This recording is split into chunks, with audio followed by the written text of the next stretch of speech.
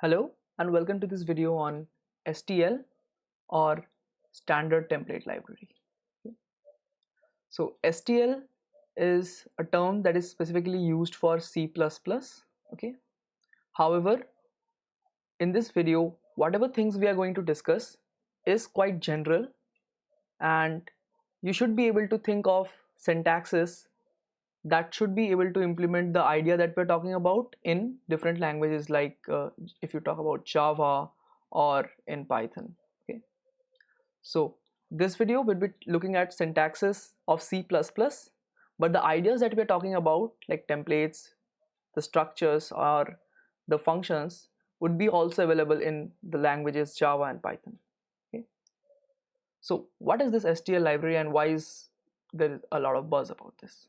So STL library is a collection of a lot of header files which facilitate using some functions and classes to be directly imported into the code as objects, and then we can use those as per the need of the problem. So in a lot of problem you'd be needing some sort of black box, okay, some sort of black box that can insert numbers, okay, and then take out numbers and then find out which is the maximum element in it, okay, something like this. Also you might be needing some sort of structure which can put in element at the first element, put in element at the last, take out element from the last, take out element from the first, and also maybe find out which element is there in the ith position. Okay, so this might be a requirement of some particular case. So these are some of the cases that are easily handled by STL. So when you are coding for a problem, you don't really need to implement all these things from scratch.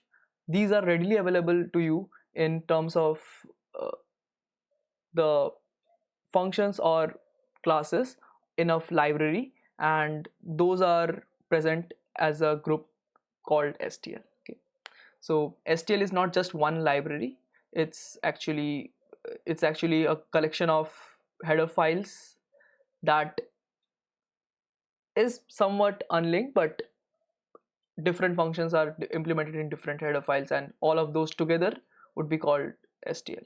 Okay, so let's quickly have a look at what are the things that are available in STL, so that when you are looking at some problem, you should be knowing that okay, there is something like this in STL, and then only you will be able to apply it to the problem, right? So that's why this video would help you to go through all the constructs that are frequently used in STL. Of course there are more constructs available, so you should definitely go out and check the documentation for that.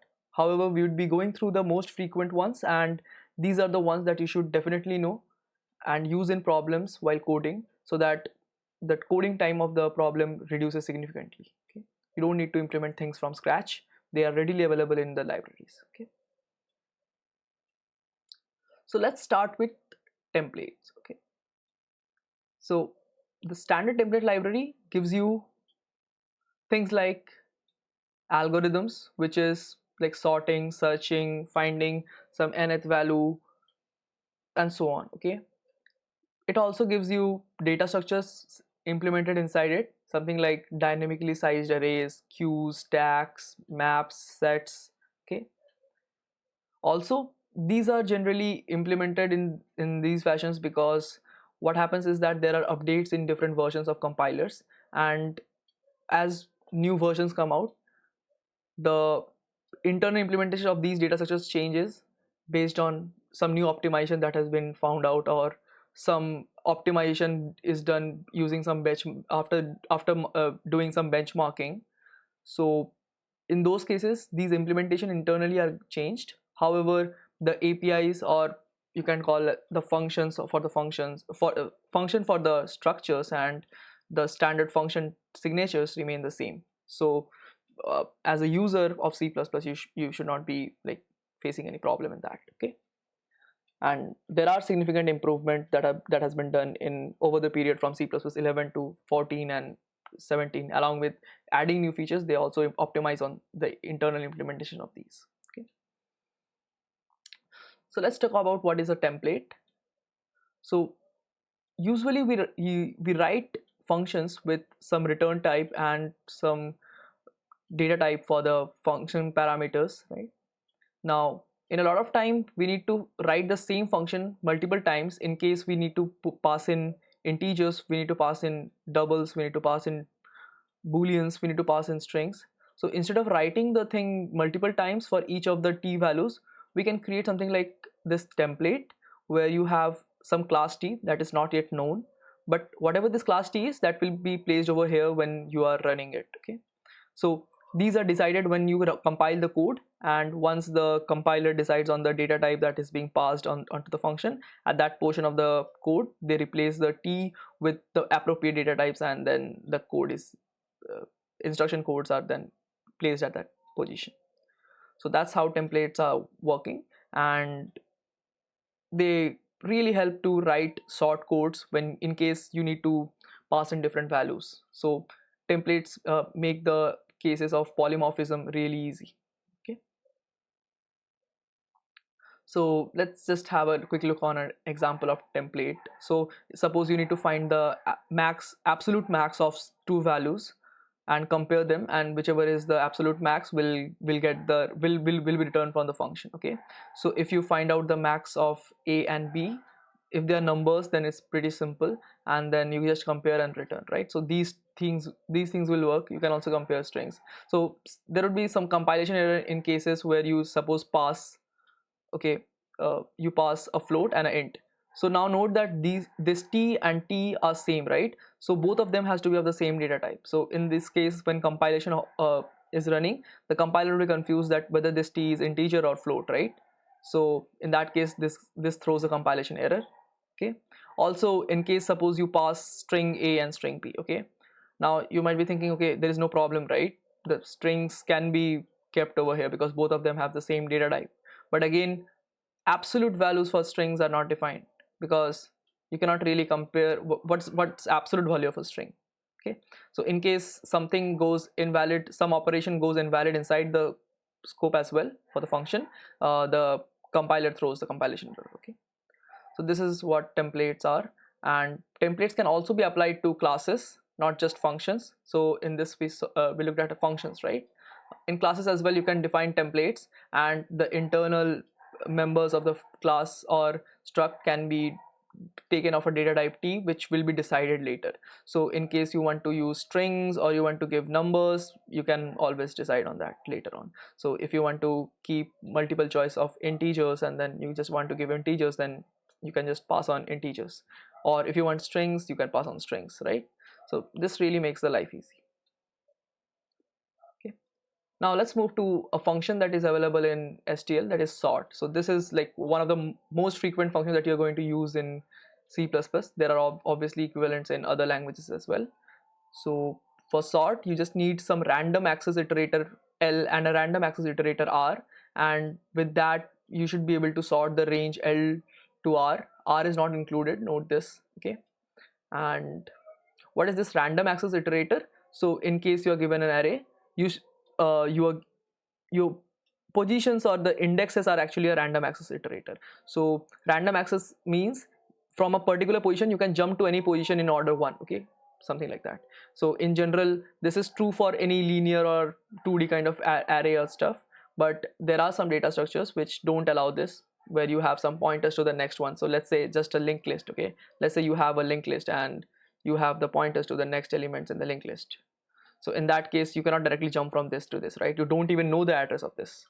So in that cases, you will need to, this sort will not work. So if you pass a linked list on this, if the iterator that you are passing doesn't support random access, then this sort will not work. Okay, and iterator is something like a pointer in case of most of the structures that we'll be talking about. So now let's say you have an array a, and you can just sort a by using the syntax sort a comma a plus 10. So 10 is the size of the array. There are 10 numbers, then you put in a plus 10. Note that if a was some particular value, this a plus 10 was last plus 1, right? So if this is the address of a plus 1 would be this. So if you go on doing this, this is a plus 9. So this is a plus 10 outside. Okay, so you always pass the address of sorry, not the address, the iterator to the last plus one element. Okay, so that's how you do it, because r is not included in this sorting, right? So this is a very important thing, note this, r is not included. Okay, so now mostly you will be using sort very often. You given an array and a and you need to just sort the things. Okay, this is a very simple uses, and in most cases when we code, we import we include algorithms, and for most usage of functions we need to use std, right? Std is namespace. So when you are using namespace std, for every function you will need to write this std double colon before you write the function, because this function is defined in that namespace. So what happens is that you will have to uh, write it at every time you use sort. So it's a generally easy to write this using namespace std just outside over here, and then it can be used without the std part, right? It makes the life easy. So now in most cases you will need to just sort arrays, but at times you will even need to sort some other stuff, maybe a structure, right? So maybe you need to sort it by some custom condition, and by custom condition I mean to say that you need to define some condition based on which you want to sort it. It's not the increasing order, the standard increasing order of numbers. Okay, so in that case how do you sort the things? So the internal implementation allows you to give it a function by which you will compare the things. Okay, so if you are comparing two objects, okay, two objects of some structure, right?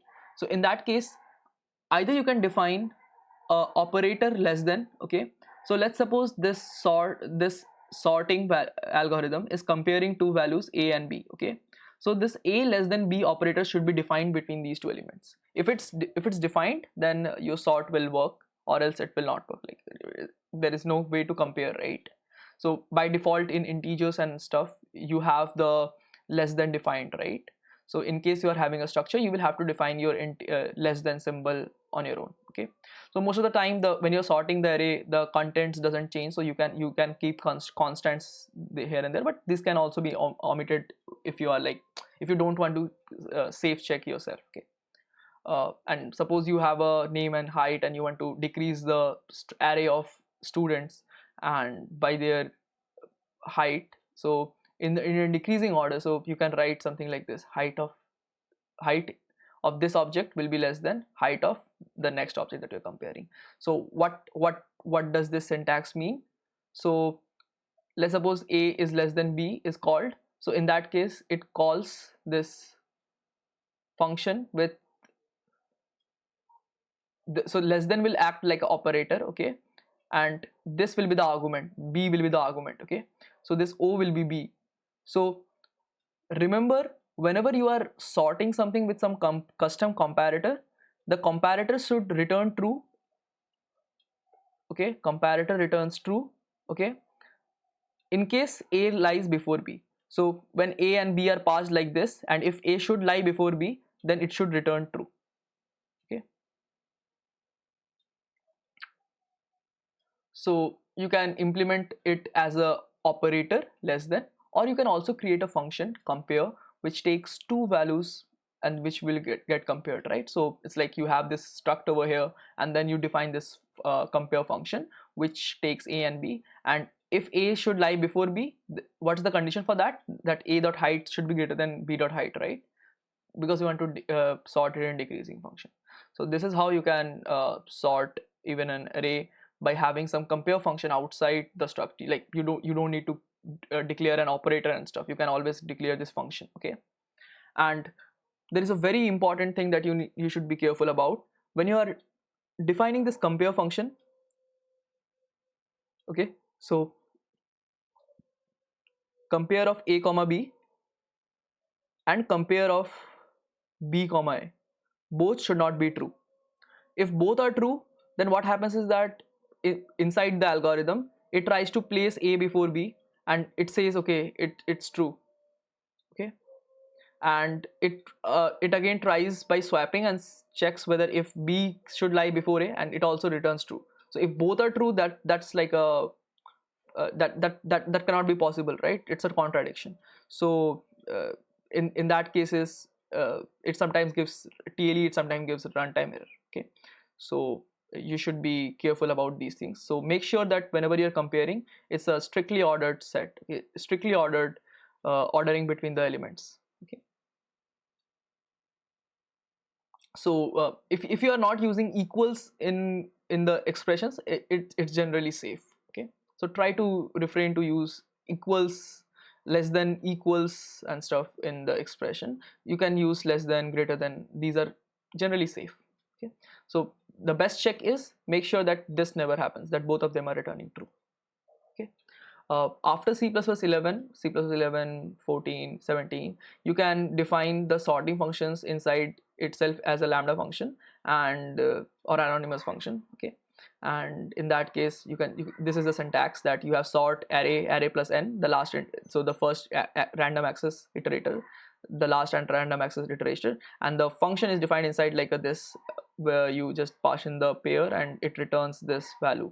So this is how you can like write shorter codes at times. Okay, and that's all about the sorting algorithm. Let's now move to the nth element function. Before we move to this, let's quickly discuss the complexity of the sorting algorithm. So in average cases, this work in order n, like if it's not sorted, if it's quite sorted, it runs really fast, so you don't need to worry about the complexity. And even in worst case, it runs in n log n, so you are safe with the complexity. Okay, for the nth algorithm, nth element algorithm, what it takes is the L, N and R, and it finds out the nth element in the array once the elements are sorted. Okay, so it actually implements a quick select algorithm. Okay, let's quickly have a discussion on what uh, this does. So let's suppose this is the array. In case this array was sorted, what's the eighth element? Okay, what would be present at the eighth position?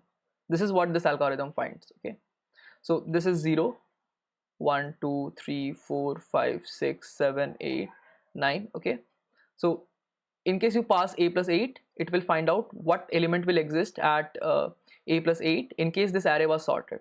Also, it works like a partition function in quicksort, that once you pass this, everything less than 8 goes to this side and everything more than 8 goes to this side. Okay, so this is a use of this, and it implements a quick select. It's a randomized algorithm, but however the worst case is n log n, because you can always sort the array and you can get the kth value, right? So it's that way bounded by n log n from internal implementations. Okay, you have another function reverse, which reverses the values in particular ranges. Okay, so in case you have some L and R given to this, so you can find out the, you can invert the array itself in place by just doing a comma a plus n, so it will reverse the whole array. So let's say you want to find the array in decreasing order, you can first sort it in increasing order and then reverse it, right? So that's a obvious way to do it in increasing order. Let's say you take hello world, this is a string, right? And even for string, s comma s plus string length will work, because that will reverse the string, right? And this reverse works in order n.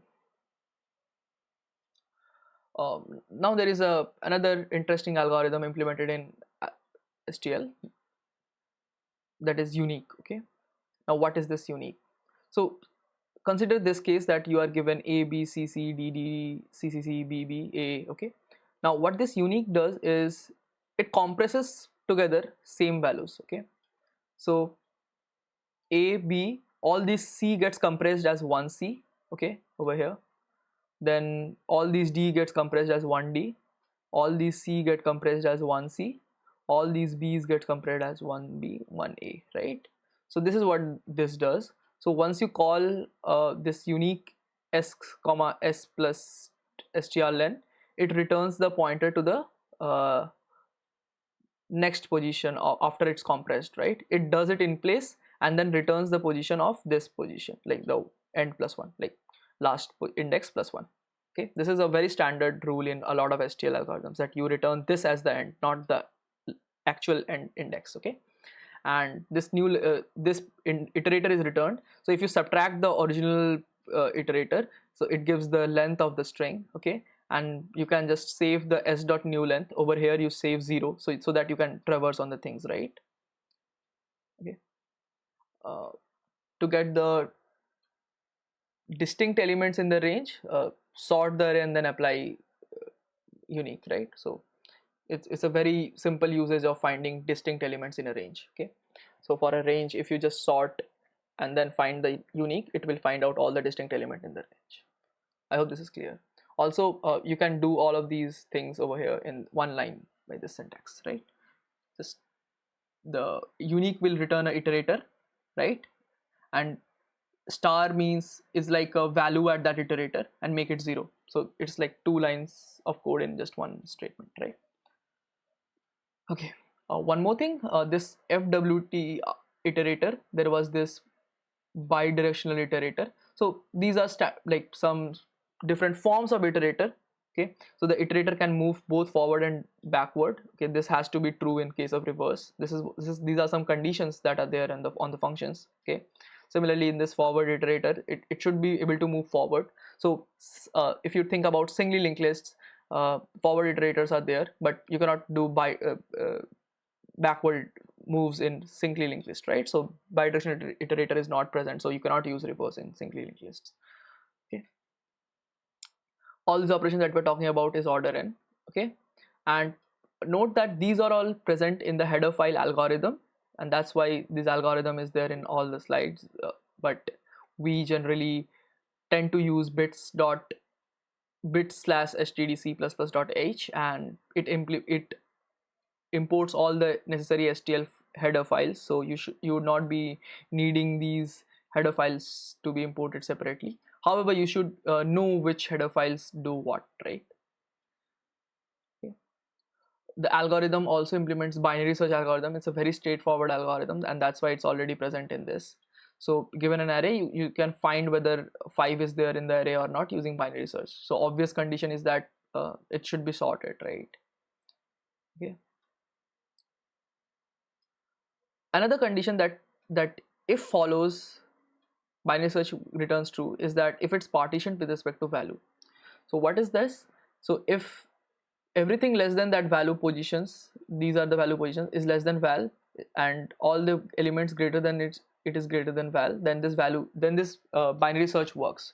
Because as you know, the binary search works in a fashion that you find some pointer, you see that okay, you need to go to this direction, so this is the new search range, then you go to this position and you see that okay, you need to go to this range, and then you find out this range, and then something like this, right?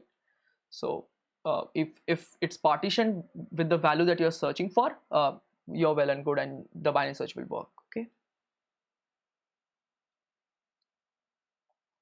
now there is this function called lower bound, which is a variant of binary search but is at times more useful than binary search itself. Okay, so binary search is returns a boolean function, right? It's a boolean function, right? It returns whether the element is present in the array or not, and that too, it's when the random access is present, it takes order log n, but if it's not present, if the random iterator is not there, then you need order n for that, like a linear search. So this is very important. Given a sorted array, lower bound finds the leftmost element that is greater than equal to val.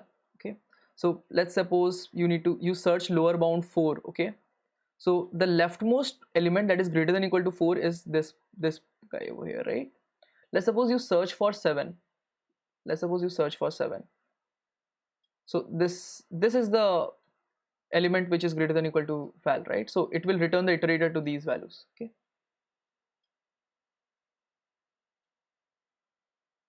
Okay, so this is this implements a binary search in itself, like it's just a variant of binary search inside it, but again, at most places these are the things that you would be needing to search in arrays or in some other form, other data structures. So lower bound comes in very handy for these. Okay.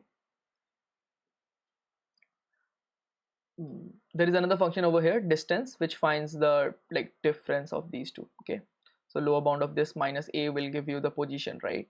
So if you do a lower bound, it gives you the iterator to the position where it's greater than or equal to 5, so this position. Okay, and if you subtract a from it, so a is this is this, so it will return 2, right? And note that if you do this difference, it generally returns the number of element less than val. Okay, this distance between a and this lower bound gives you the number of elements less than val. Okay, you can also write it something like this, that it is lower bound, the values minus a, this is same as this. Okay, um, also if it's not sorted, what would be the value of lower bound? Can you think about that? So this really depends upon how lower bound is implemented. So it's a very good idea to code this up and check what the output is for this code. Okay, so leaving that to you, let's move on to the next thing, upper bound. So you have something called lower bound, then obviously what's the upper bound? So in lower bound we had an equal to over here, right? Now in upper bound we find out the find leftmost element that is greater than val. Okay, so earlier when we searched for 5, earlier we searched for 4, we got this element. Earlier when we searched for 7, we got this element. But now if you search for 4, you get 5, but if you search for 7, you get 9. Okay, this is the difference. Okay, you search for the first element that is greater than val, and in case they are not available, like there is no element greater than val, then you return this last plus 1 element, like this end. Okay, a plus size, that's the place that it will return. Okay, and this also is a variant of binary search inside. Next, a very important function is next permutation. So given a range L to R, it finds the next permutation of the elements present in it. Okay, so we have elements ordered by their lexicographic element value, and whatever the thing that appears next, we can just get that using next permutation. So if this is the first permutation, the next permutation would be this, right? I hope you get the idea that what we are trying to find, that next permutation, then next permutation, and so on up to the last point where you have no more next permutation, right? So find out all permutations of 1 2 3 4 5 and sort them. That's the order in which you should be trying to iterate on this. Okay, so if you want to iterate on all the different possible permutations, it's a very easy code using the next permutation function, that you create the sorted array, make sure that it's initially sorted. Okay, and then you loop on the things and just print it and just call this while there is next permutation. So next permutation return if there is a next permutation existing, or else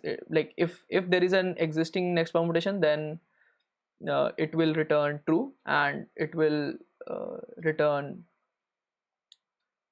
it will make it the next permutation, like it will change this in place. Okay, and in general this is a very standard problem in itself to implement the next permutation. So the total complexity would be order n in the worst case for one particular operation, but amortized way it's order 1. Okay, because as you can see that in some of the differences there would be just one element change, in some of them it will be like the whole thing, this 5 need to go to the first part. Okay, something like that. So it might take order in one operation, but in amortized way it would be order 1. Okay, now let's move to strings in C++. So strings, you can create it using string s, and if it's initially empty, uh, you can take an input, and input stops at space, new line, or tab. This is very important. Okay, and then if you print it, it will give you the answer. So if this is the input, it stops over here and it just prints ABC. Okay, keep this in mind. Okay, and strings we use zero index. If you have JKL, okay, you can print T and U. So these are the two ways in which you can define this. Okay, and in GHK, if you just change the 1th position, that is this position H, so that is replaced by X, and then if you print, it gets this, right? So now how to append a character to the string. So if you have a string, you just append e, you see out this. Now what is the complexity of this code? It turns out this is order 1. So in strings you can add one character at the end with order 1 in C++, okay, using this syntax. However, if you have written this as s equal to s plus e, something like this, okay, s equals to s plus e, if you write it something like this is order n, okay, but this is order 1. So it understands that you want to just append some particular characters and it will be order 1, but if you make it equals, so it will create a new string out of these and then assign it to this, it will take an order n size, like n is the size of the string, okay. So that's what is demonstrated over here, that if you run it, the difference of time is there because you are appending the things out at the end, but over here you are creating it again and again, okay. Now for strings, we discussed that if you have ABC, then space, then DEF, and if you take C in, it just takes this much, right? If you want to take the full line, this is the syntax, that you define string s and then call getLine sin comma s, and it will give the whole line to the s. Now there is one thing that you need to be careful about this, okay.